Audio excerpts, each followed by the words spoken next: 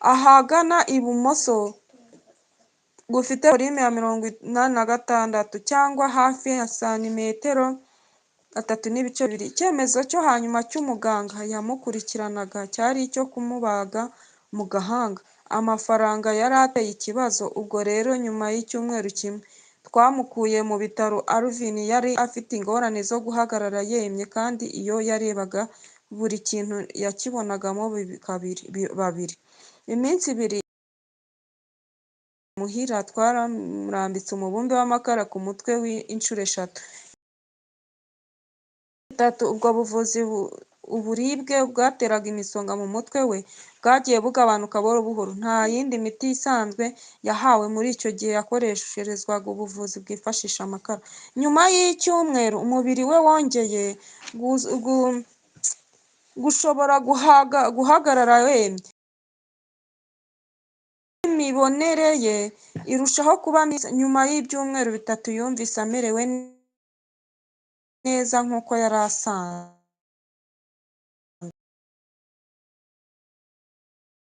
Twamujyanye mu mujyi wa Cebu kugira ngo akorerwe ikizamini cya scan. Mu guhanga ibisubizo byari bitangaje nyuma n'igufwa ryari ryacitse riri hejuru. Cyabanjirije icyo kuwa 5 Ugushyingo hari ukugabana mu bunini bwa ukwirundarunda kwa ya maraso yipfunditse. Ubu byapimaga ibipimo byabanje n'ibice 2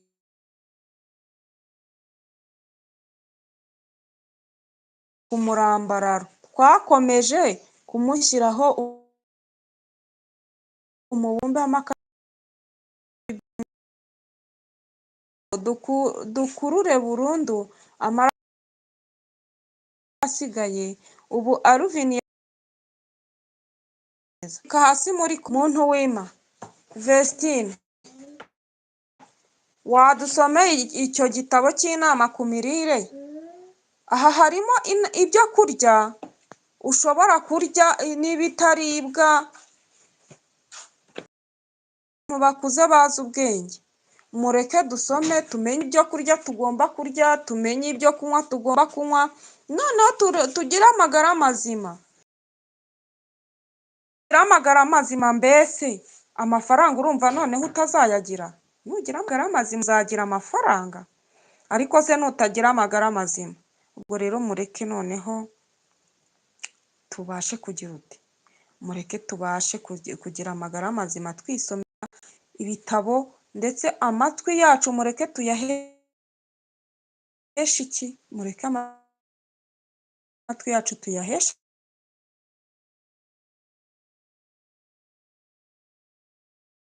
tuzafaranga. Nitugira ayo mafaranga azadukemurira ibibazo dushaka kwikemurira, ndetse bizafasha n'imiryango yacu kugira imiryango myiza, kuko umuryango mwiza ujyana no kugira amagara mazima. Umuryango mwiza ujyana no kugira ubwenge buzima. Iyi si turimo ni ikinyejana cy'imibare. Kubaho ufite umubare. Dashim niwe wabivuze neza, aravuga reke duheshe amatwi yacu agaciro. Mu kanya saa 7:15 turamukurikirana tukagera saa 10. Ndamukunda cyane, namwigiyeho byinshi. Naravuze ati wayi kuki njyewe ntajya mfata ibitabo ukambwira noneho na page ndi bugusomere bitewe n'amapaje nababwiye. Ubwo rero hari ibindi bitabo byinshi. Mureke twihesha agaciro, dukunde inzu y'ibitabo. Abasomyi ni beza. Turi busubire mu kanya. Ndi umubyeyi, mfite abana.